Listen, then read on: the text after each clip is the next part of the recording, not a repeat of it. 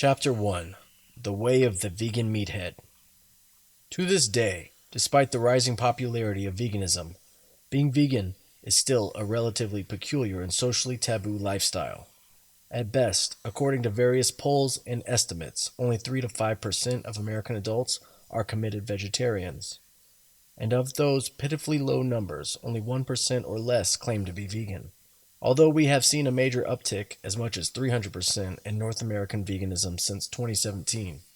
Regardless, vegans are still vastly outnumbered in society at large.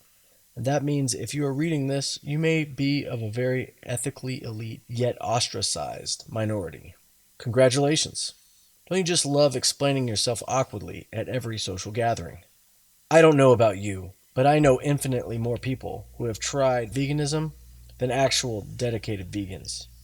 It seems that nearly everyone wants to try to align their sentiments of affinity and love for animals with their diet, but they try and fail because they genuinely have no clue how to balance their new fad diet to make themselves feel satiated. And then they ultimately resign themselves to the fact that eating the flesh and organs of tortured animals is just what people do, and have always done. They pass the blame for the error of our ways onto veganism itself. And then they continue to peddle the lie that it's just human nature. Womp womp. Well, no, it's not universal human nature, as if there is such a thing.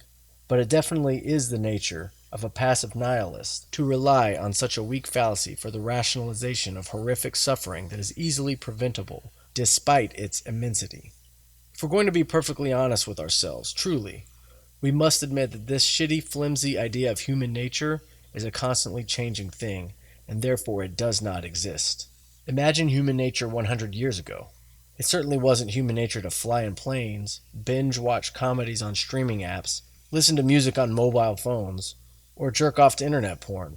But these days, you can ask any guy, almost every single one alive currently, and they'll unanimously tell you, oh yeah, that's just what we do, as if things have always been this way. The one universally good thing about the human species, and trust me when I say I'm often hard-pressed to find anything good to say about our species, is that we do have the ability to become objectively aware of our behavior and our environment, and from that point of awareness, we also have the potential to will and reason calculated and thoughtful means of transforming our reality, extra emphasis on potential.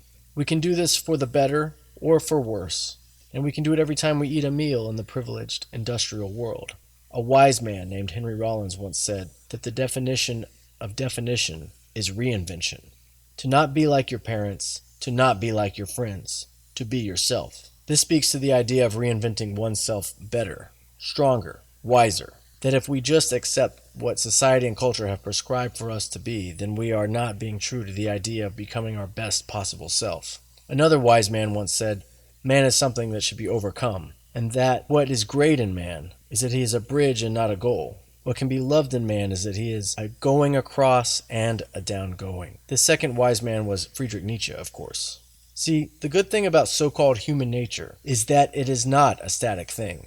This may bear some uncomfortable responsibility on us as individuals, but it does mean at any moment in our lives we can choose to not accept the way things are, should we be up to the task of putting in the work to change things. You and I stand on one side of an abyss, facing a greater state of ourselves on the other side. In between is all the suffering of the world, which includes the largest suffering class of all, the billions of animals who endure endlessly an existence of punishment, forced by human hands to wallow and languish in their own waste among their dead and diseased peers in feedlots, gestation crates, and battery cages, all for a diet that makes the privileged classes of our human peers sick, lethargic, and diseased while it deprives the lesser privileged of the resources they need for survival.